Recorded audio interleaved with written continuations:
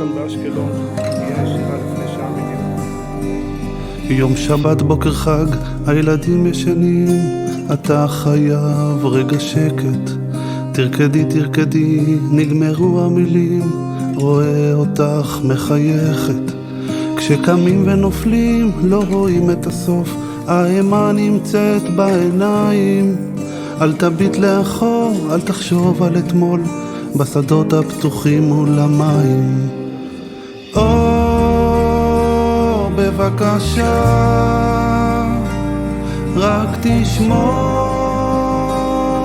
על הבית.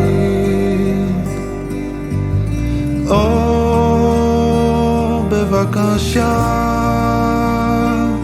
רק תשמור על הבית.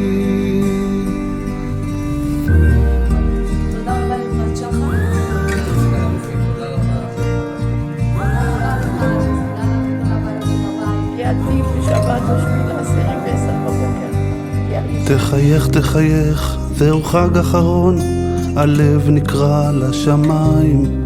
ילדים חובקים, החושך גדול, בבקשה רק תשמור על הבית. כשקמים ונופלים לא רואים את הסוף, האימה נמצאת בעיניים. אל תביט לאחור, אל תחשוב על אתמול, בשדות הפתוחים מול המים. כשקמים ונופלים לא רואים את הסוף, האימה נמצאת בעיניים. אל תביט לאחור, אל תחשוב על אתמול, בבקשה רק תשמור על הבית.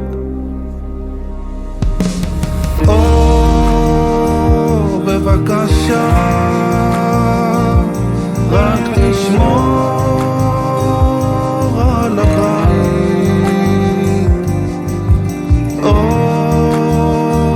בבקשה, רק תשמור על הבית. נחשפתי לארגון מדהים שנקרא שחק של איתי בירמן הצדיק, שמאז תחילת המלחמה הוא נעזר עם העובדים שלו ובאים ומשפצים בתים של נשות המילואים, של מפונים מהדרום, שחוו הפגזות וחוו נזקים. שחק, באמת תודה לכם רב. רק בריאות והצלחה וחיים טובים. שחק, אין עליכם בעולם, תודה רבה, עזרתם לי מאוד.